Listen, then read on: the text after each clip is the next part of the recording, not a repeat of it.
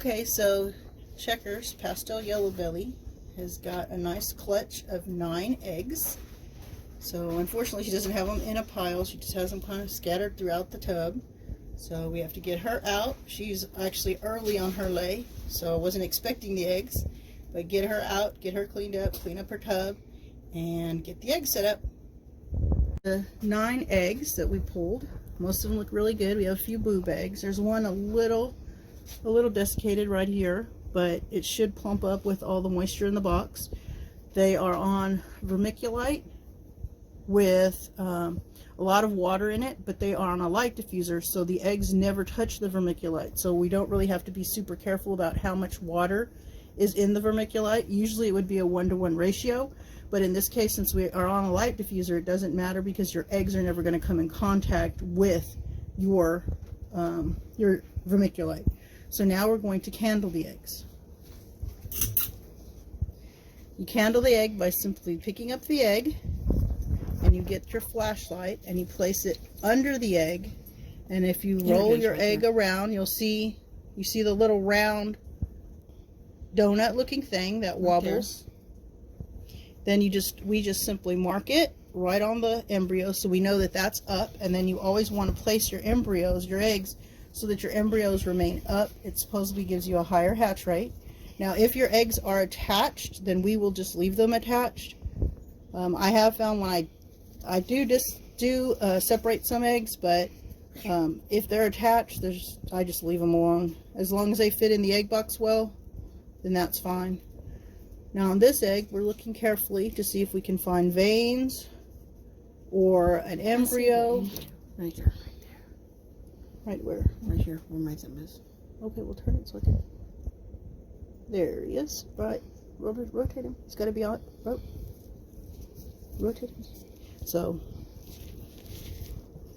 you'll see that the embryo is right here in this big circle, this gigantic circle. So we'll just simply mark the egg and then place it in the egg box.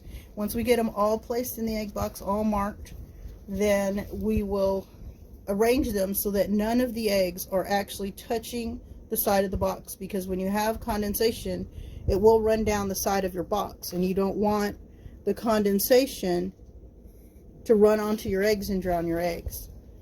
So we'll just arrange them. We may have to use 2 different boxes, so you always want to be careful and have extra boxes prepared just in case. Like this is a large girl, so she laid 9 eggs. So we'll have to see if we can get them arranged and placed in the box so that they all fit. And that's basically all you need to do for candling.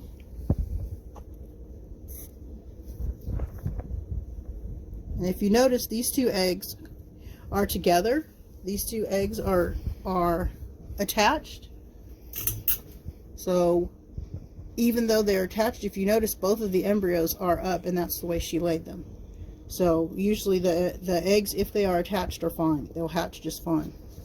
It's just a matter of if they fit well into your egg box. And what we're going to do is I do put some saran wrap. You don't have to put the press and seal, depending on how well your egg boxes seal. On my smaller incubator, I do have one that has a little rubber seal, and it has clamp-on latches, so I don't have that problem. Also, with the smaller incubator, it doesn't have as much airflow in there. This one has 5 fans in it, so the air is really moving around, and so the eggs can get dried out very quickly. So I want to seal in the moisture. And then we just put the lid on. We label her. We label the box for the pairing, when they were laid. That way we know exactly whose eggs they are, when they're going to be ready, and everything. Then we just stick them in the incubator, and we're all ready.